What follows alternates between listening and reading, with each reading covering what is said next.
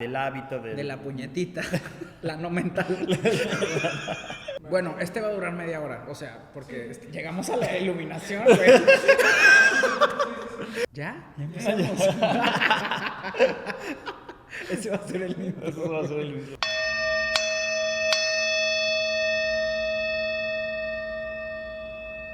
Hola amigos, ¿cómo están? El día de hoy tenemos invitado a Juan. Es un amigo desde hace mucho tiempo y él estudia budismo, ¿no? Sí, ya un rato estudiando budismo. ¿Cuánto tiempo llevas? 9 años ya. Ok, 9 años. Nosotros nos conocimos porque nos fuimos de intercambio juntos, entonces lo conozco desde que yo estaba en Almería, en España, hace ya 10 años. Y pues siempre platicamos de estas cosas, pero siempre platicamos de chismes y de cosas por el estilo. O sea, es una amistad que lleva mucho tiempo, entonces siempre nos damos updates de, güey, ¿cómo vas? ¿Cómo te va en el trabajo? ¿Cómo te va en la vida? ¿Cómo te va en el amor? Y nos hemos dado cuenta que de repente caemos en el tema del budismo, no como religión, porque no es una religión y eso lo vamos a hablar al rato, pero que nos puede dar como herramientas para resolver temas. Y ustedes me mandan de repente de que, oye, tengo problemas de amor, oye, tengo problemas con mi familia, trabajo, o no siento un propósito en la vida. Entonces, estos capítulos son para responderles a ustedes estas preguntas utilizando esto. O sea, no se preocupen, no vamos a tratar de volverlos budistas. No. Sino vamos a responder estas preguntas de la vida súper intensas, o vamos a intentarlo para ver si ya existe una respuesta. ¿Cómo andas, güey? Muy bien. A ver, entonces, el budismo no es una religión. Pues vamos a ver esta situación, porque si tú le preguntas a un budista común y corriente, te va a decir que efectivamente es una religión, ¿no? Ok. Por ejemplo, si alguien me va a hacer un censo, me pregunta cuál es tu creencia religiosa, pues evidentemente voy a poner budismo. Sin embargo, desde el punto de vista de cómo podemos abordar al budismo, podríamos decir que hay como 3 esferas, ¿haz de cuenta? O 3 formas de abordarlo. Podríamos decir, una es la esfera como de la psicología budista, que justamente es algo que vamos a platicar mucho, que es acerca de qué podemos hacer con nuestra mente, las emociones aflictivas y todo ese tipo de cosas. Okay. El budismo tiene como metodologías muy específicas para resolver este tipo de situaciones, ¿no? Okay. La segunda parte es la parte de la cosmología y la filosofía. Es cómo el budismo interpreta o ve la realidad, ¿no? A final de cuentas. Okay. Lo que intenta aquí hacer el Buda es acercar un poquito al practicante a que pueda tener ciertas directrices de cómo captar lo que está pasando aquí afuera, ¿no? En esa situación. Y la tercera podríamos decir que es la parte religiosa o la ritualista, ¿no? Donde evidentemente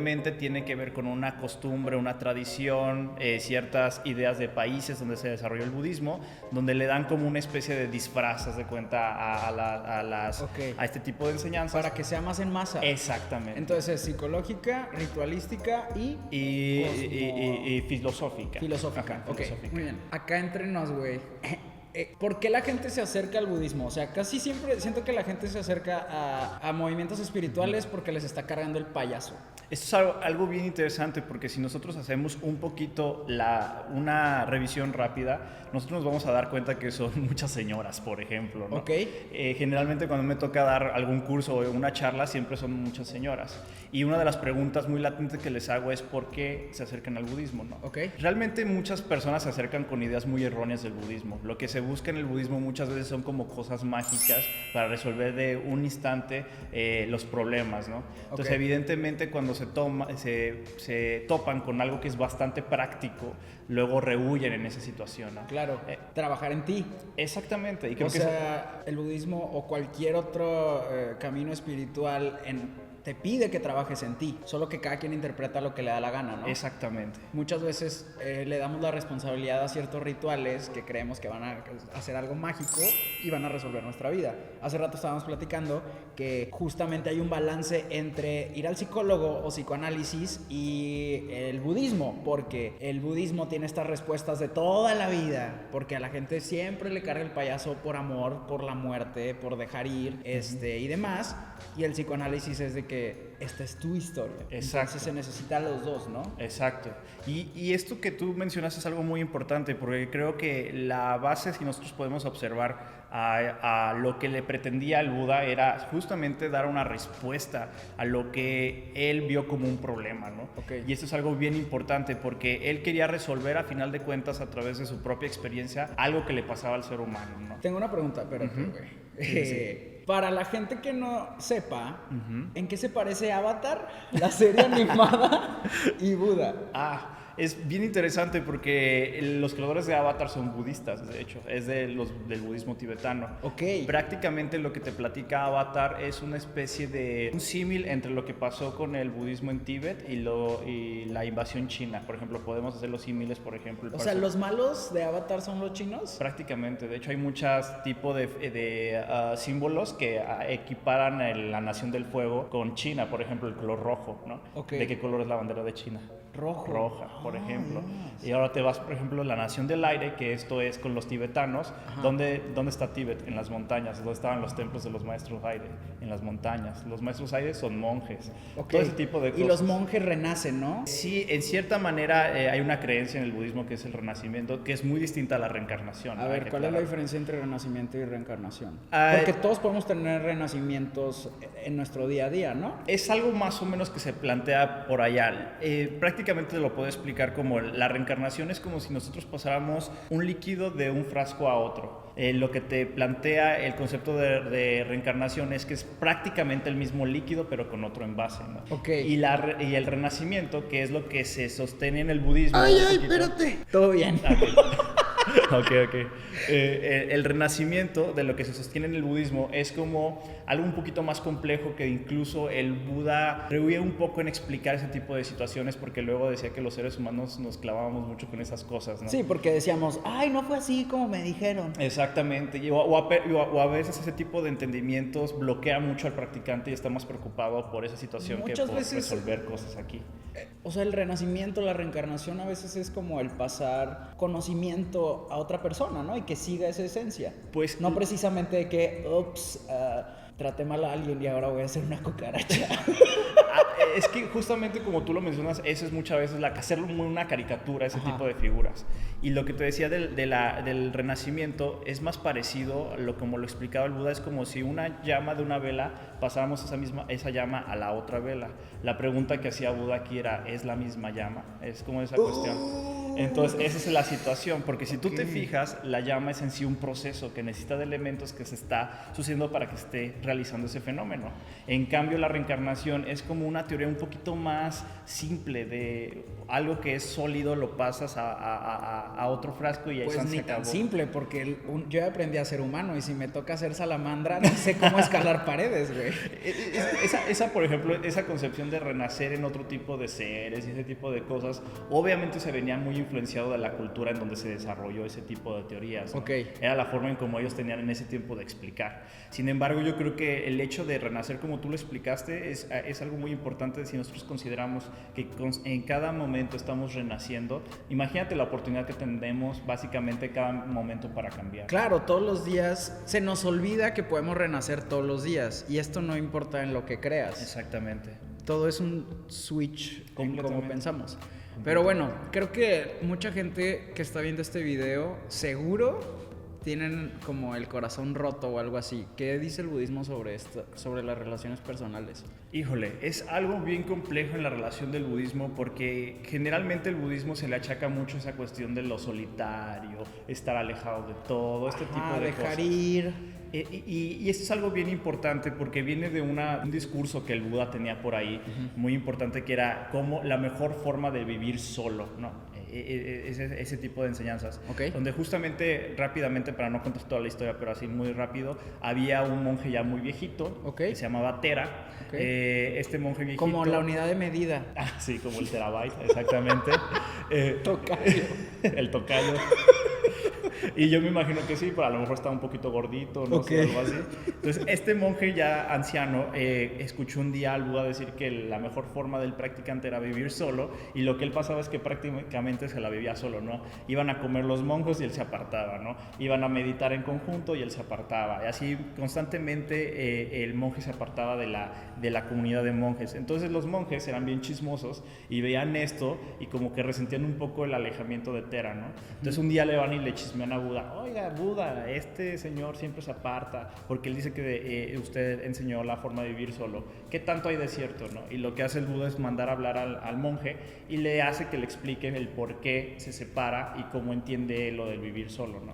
Okay. Básicamente Tera le explica a grandes rasgos que pues, él entendió eso de la enseñanza, y lo que el Buda le contesta es que la mejor forma de vivir solo no es la cuestión del aislamiento, sino la mejor forma de vivir solo es justamente no hacerte acompañar por el pasado, no hacerte acompañar por las preocupaciones del presente y no hacerte acompañar por el futuro. Cuando tú te dejas acompañar por los 3 tiempos es cuando uno vive solo, él lo decía.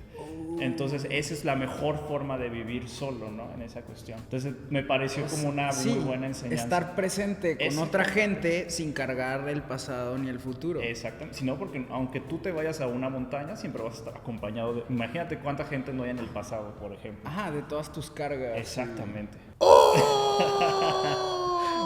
Algo así. ¿Y esto tiene que ver con dejar ir? Sí, completamente, porque si nosotros hablamos, por ejemplo, de cuestiones de corazones rotos y ese tipo de cuestiones que nos pasa a los seres humanos, quiere decir, a final de cuentas, que nosotros sostenemos de alguna forma algún disturbio de la forma de cómo vemos la realidad, ¿no? Y al final de cuentas es por ahí donde la apuesta al Buda. Si nosotros realmente no sabemos cómo es que suceden los fenómenos acá afuera y cómo es que suceden nuestros fenómenos en la mente, pues evidentemente nos vamos a hacer lo que podríamos llamar coloquialmente como puñetas mentales, ¿no? Al final de cuentas. Amo que dijeras este concepto. No es algo muy budista. Bueno, podemos decir que es el nuevo término. Imagínate que leyeran un sutra mía de la puñeta mental. Entonces, ¿y qué básicamente son las puñetas mentales? Básicamente es una distorsión de lo que está pasando. O sea, todo lo que nos imaginamos. Exactamente. Y parte del corazón roto tiene que ver mucho con la cuestión de los apegos que tenemos. Ajá. Un apego, a final de cuentas, es una forma de no aceptar o, a final de cuentas, de distorsionar cómo es que pasan las cosas. Pero a ver, por ejemplo, se escucha mucho de que, güey, para disfrutar una relación tienes que entregarte y dejarte ir, para disfrutarte, ¿sabes? Tienes que, sin pensar, sin miedo. ¿Cómo puedes tener desapego, güey, y neta estar embolado? Ajá. ¿Qué pedo? ¿Qué dice el Buda? A ver, ¿qué dice Tera? Esto es muy interesante porque es justamente una de las cuestiones que luego no entendemos del desapego. Ajá. El desapego se entiende algo bien chistoso para nosotros, podríamos decirlo como en Occidente, ¿no? Sí, porque pensamos que desapego es que me valga pito todo. Exactamente, y no significa eso realmente lo que es el desapego para el Buda. Para el Buda el desapego, o para el budismo en cierta manera, lo que se pretende hacer es situar a la mente en una situación de realidad. Eso es lo que se pretende. Okay. Y esto tiene que ver mucho con lo que estábamos hablando anteriormente, de que si una mente empieza a distorsionar la realidad, evidentemente va a empezar a apegarse. Y esto es rápidamente como algo que podemos mencionar como el concepto base del apego. Cuando nosotros sentimos apego por alguien, no significa que sintamos cercanía o que sintamos emociones virtuosas. Puede ser algo como más tóxico, como celos y esas cosas. Y de hecho el celo y todo lo que tiene que ver, el sentido de posesión, viene ya en sí como resultado, es el pequeño regalo que te tiene el apego bajo el brazo, ¿no? En esa cuestión. Básicamente, ¿qué es el apego?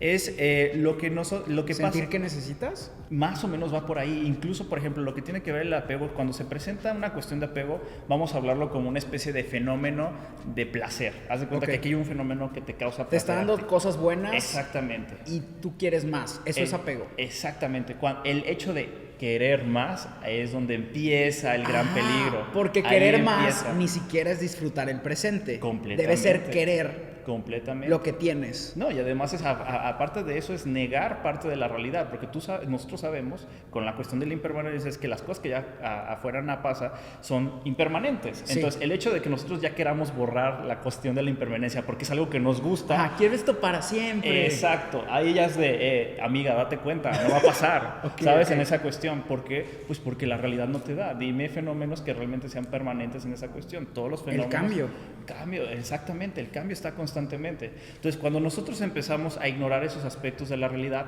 cuando surge un fenómeno de placer, ¿qué vamos a hacer? Vamos a ir corriendo como perros atrás del hueso, ¿no? Okay. Ahí vamos a tratar de apegarnos. Y cuando llegamos frente al fenómeno, ¿qué va a pasar? Se presenta algo y decimos, esto es lo mejor que me ha pasado. Todas las cualidades de esa persona, idea, porque nos podemos apegar prácticamente a todo, ¿no? Sí. ¿Qué pasa con esa cuestión? A lo bueno y lo malo. A lo bueno y lo malo, sí, completamente. ¿Qué pasa con esa cuestión? Exageramos las características virtuosas de ese objeto. O sea, nosotros solitos cambiamos la percepción que tenemos de ese objeto o persona. Y las exageramos, las positivas. Para engañarnos de que necesitamos más. Claro, y ahí es donde viene la trampa, porque el hecho de que nosotros le borremos, por ejemplo, la cuestión de la impermanencia, hacemos como si esa cosa siempre llegara a existir, ¿no? Si nosotros, por ejemplo, ignoramos la cuestión de causa y efecto, que a final de cuentas lo que estamos viendo precede a una causa posterior, que a su vez es una causa posterior. A ver, ¿qué? Me perdí tantito, güey.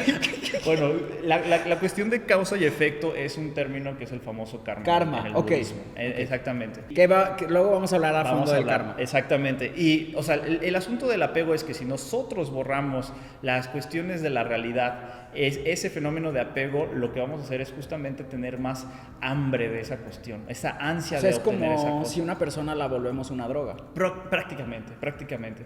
Y entonces lo que vamos a hacer es justamente con las cualidades que tienen esas cuestiones las vamos a exagerar y las cosas que tengan malas las vamos a borrar o las vamos a ignorar o las vamos a justificar.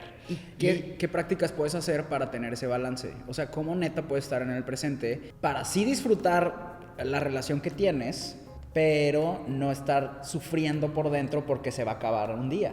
Esto es algo bien importante porque uno sí tiene que tener un acercamiento básicamente a lo que es estas directrices de la realidad. O sea, lo que nos dicen un poquito los maestros budistas es que cuando nosotros constantemente recordamos o asimilamos la impermanencia, el disfrute es mayor, ¿no? Ya, porque es algo milagroso, ajá, como cuando estás en un lugar con tus amigos, o con tu pareja o lo que sea, y tienes esos momentos de que dices, no manches, aquí están todos, no manches, esto está bien chido. ¿Sabes? Como ese suspirito de Exactamente. Okay. Y eso es la máxima experiencia de la impermanencia. El reconocer el presente. Completamente. Siento que a veces le sacamos a ese sentimiento. Siento que la gente tiene miedo a ser cursi en ese sentido. Sí, y sabes, yo siento que pasa muchísimo por esta idealización que se tiene uno del sostener las cosas o de conservarlas. Si te fijas, el ser humano tiende mucho a esa cuestión de preservar ciertas ideas, ciertas ideologías, incluso hasta propios estatus de nosotros, ¿no? Sí. Entonces eso nos lleva a que estas experiencias reales de vida las desechemos. Por eso nos da miedo ser vulnerables. Completamente. Porque estamos manteniendo el estatus presente de nosotros. Completamente, imagínate. Es la gran solidificación del yo, diríamos. Ajá, ok, va, eso me gusta. Estamos trabajando en el yo, ¿no? Uh-huh. Y porque hay esta gente, o qué puede hacer esta gente que ya se dio cuenta que dice, güey, soy súper amargado, o ¿por qué le saco a tener conversaciones deep con mis amigos? ¿O por qué batallo para pedir ayuda? ¿O por qué me hago menos? ¿Cómo construyeron su yo para que pasara eso? ¿Qué pasa con el yo? ¿Ya no lo puedes reconstruir o qué pedo? Híjole, el tema del yo es algo bien escandaloso. ¿Quién soy, güey? El asunto del yo es un tema bastante complejo en el budismo, en la realidad. Okay. A grandes rasgos, y te lo voy a poner así como en términos no tan escabrosos, prácticamente el Buda dijo que la más grande puñeta mental del ser humano era el yo. Okay. Prácticamente eso es lo que dice. Esa es la más gran puñeta mental que tiene el ser humano. Porque el ser humano es un vaso vacío.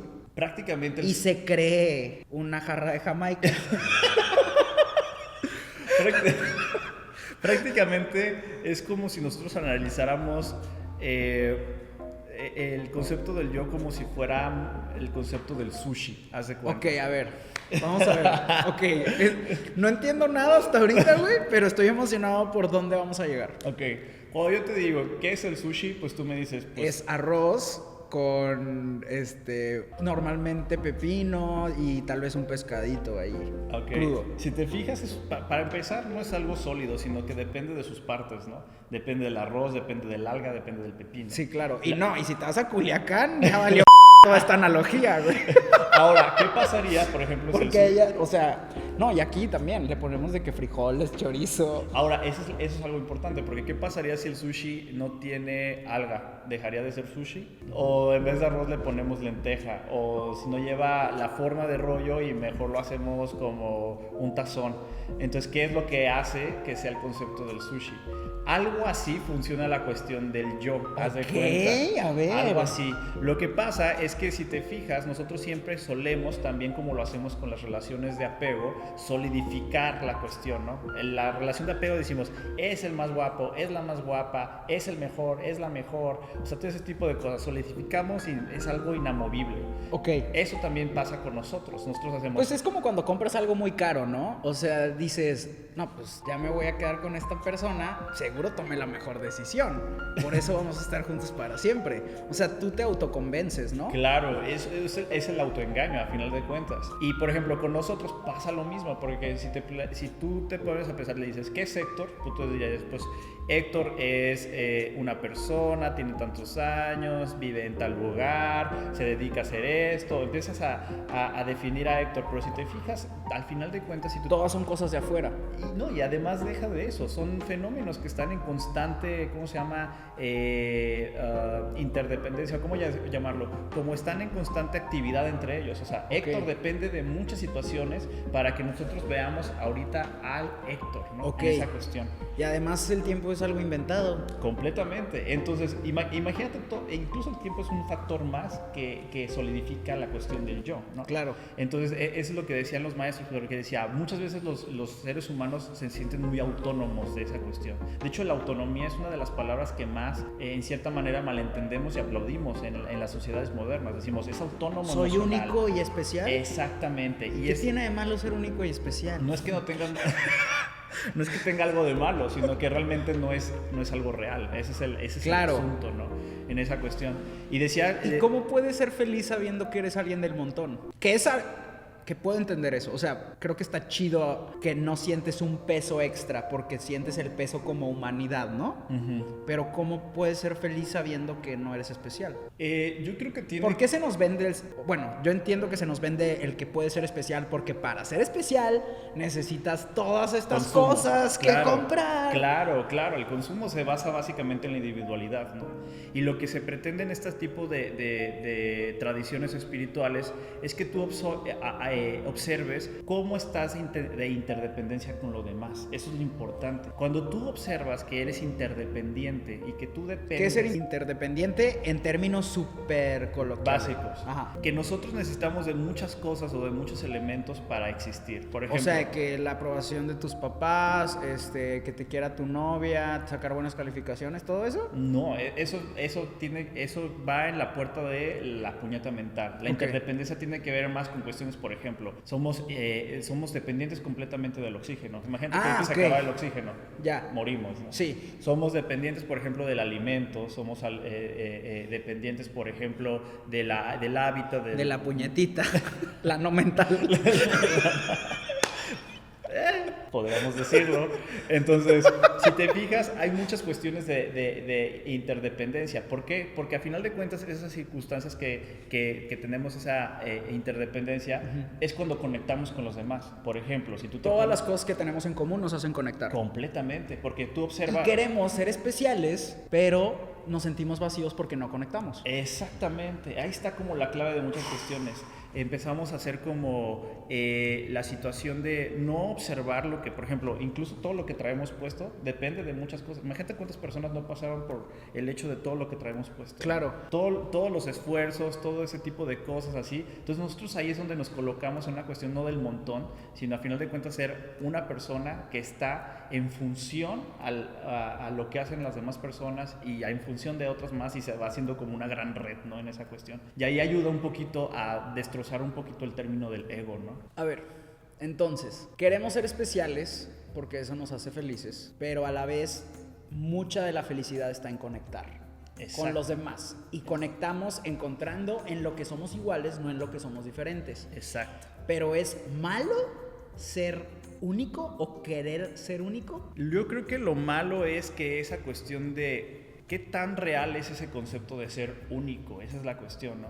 Porque ¿en qué aspecto vas a ser único? Una vez leí a un maestro zen que decía, pues mientras no te nazcas con un tercer ojo o 3 mandíbulas o tipo de esas cosas así, pues prácticamente eres como todos los seres humanos, ¿no? Sí. Entonces ahí es, y yo sé que a veces es muy incongruente el humano queriendo pertenecer y hacemos cosas súper estúpidas para pertenecer, pero además hacemos cosas estúpidas para separarnos de la manada. Entonces, qué chingados, güey, ya, ¿no? Solo. No. Y luego si tú te fijas, muchas veces esa cuestión de buscar ser único es realmente una causa para sufrir, a final de cuentas. Claro. Porque ahí nos lleva a Es querer cuestiones. más. Exacto. Y ahí nos mete en un embrollo y nos mete justamente a estas puñetas mentales que te digo, que cada vez nos van metiendo en un lodazal y que luego es muy difícil salir.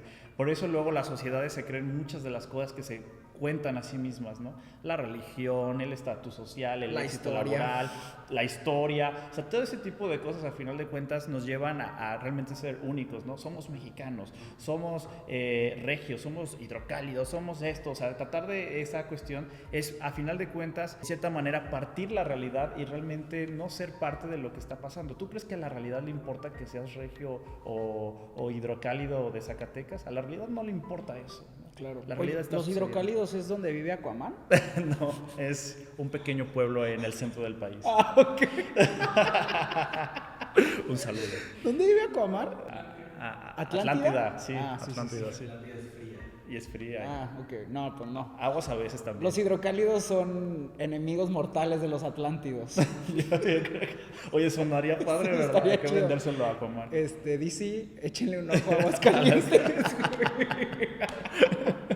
Al final de cuentas, lo que nos hace estar bien es ver la realidad, ser Exacto. conscientes. Exacto. Que yo creo que en otro capítulo tenemos que hablar un chingo sobre ser conscientes porque es algo que nos da paz. Claro. Pero entonces ser consciente es aceptar que no somos especiales y eso nos va a dar paz. Claro. Ok. Sé que suena un poquito luego como medio difícil porque sé que nosotros como cultura estamos posicionados en otro punto, ¿no? No, aparte todo el tiempo nos estamos empujando a nosotros mismos para estar bien, el ser productivos, el hacer más, el lograr más, ser el primer lugar. Todo eso nos aleja de ser parte de la manada. Completamente, completamente. Pero entonces, ¿qué dice Buda sobre ser mediocres? Bueno, yo creo que era una palabra que no existía en su época, para empezar, ¿no? Es difícil de... No había tanto, o sea, el capitalismo estaba leve. Sí, estaba todavía muy leve, estaba bebecito todavía. Sin embargo, podremos hacer una pequeña como acercamiento al pensamiento budista, que qué significa ser mediocres, ¿no? Ok. Aquí lo que yo entiendo por la cuestión de mediocridad es una persona que no está viviendo la vida como conforme realmente la quiere vivir, ¿no? Okay. A final de cuentas. Claro, porque puede haber alguien que a tus ojos es mediocre, pero está pleno. Completamente. Pero si tú te sientes mediocre, entonces tú no estás haciendo lo que puedes y quieres hacer para estar pleno. Completamente. ¡Huevo! Ahí está el asunto. Porque incluso, por ejemplo, en la época del Buda, tú podías analizar, hubo una corriente de maestros que, bueno, rápidamente así se dividía en 4 castas. Okay. Y prácticamente tú no podías salir si no pertenecías a una casta. Así se organizaba la sociedad. Okay. Y lo que hicieron en la época del Buda, incluido el Buda, fue renunciar a este tipo de cómo acomodaban la sociedad y dijeron, nosotros no vamos a pertenecer a eso. Entonces ellos se iban encuadradillos al bosque, algunos ahí, okay, para meditar y observar. ¿Para ser el quinto grupo? No quinto grupo, sino entender de otra forma la sociedad. Ok. ¿No? Entonces para mí, tú te ves, por ejemplo, una persona que yo creía quién era mediocre, para mí en esa época era el quien se quedaba perteneciendo a las castas. Claro. Y quien no iba más allá de esa cuestión. Como en High School Musical, que dicen todos stick to the status quo y unos bailan y otros cantan y juegan basquetbol. Ellos no son mediocres porque hacen lo que de verdad quieren para ser plenos. Y hay gente que solo juega basquetbol y no hace crème brûlée Sí, y son plenos jugando basquetbol. Pero hay gente que necesita las dos y pueden considerar mediocres a quienes solo hacen crème brûlée o a quienes solo hacen basquetbol. Pero si tú quieres hacer las dos, tu camino a la plenitud es haciendo las dos. Y el camino a la plenitud de este güey es básquet y el camino a la plenitud de Sharpay es ser la estrella del show. Pero si te fijas de que todo eso, para ser feliz, necesitas a final de cuentas un acercamiento a la realidad. O sea, eso te lleva a acercarte a la realidad. Claro. A final de cuentas. Vamos a dejar hasta ahí este capítulo. Muchas gracias. No, gracias ¿Cómo a ti. nos despedimos? Pues... ¿Cómo hacemos esto lo más budista posible? No sé, yo siempre ¿Cómo podemos decir... ¿Sí? Podemos decir, Buddha bless you. Buddha bless you. Buddha bless you. Achú. Achú. No, espero que les haya gustado. Mándenos preguntas y muchas gracias, Juan. Creo que nos acercamos a verdades bien pasadas de lanza. Estoy emocionado. Sí, Creo que yo también. hubo 2 grandes verdades. Mínimo. Sí. Nos vemos en el próximo capítulo. Adiós. Bye.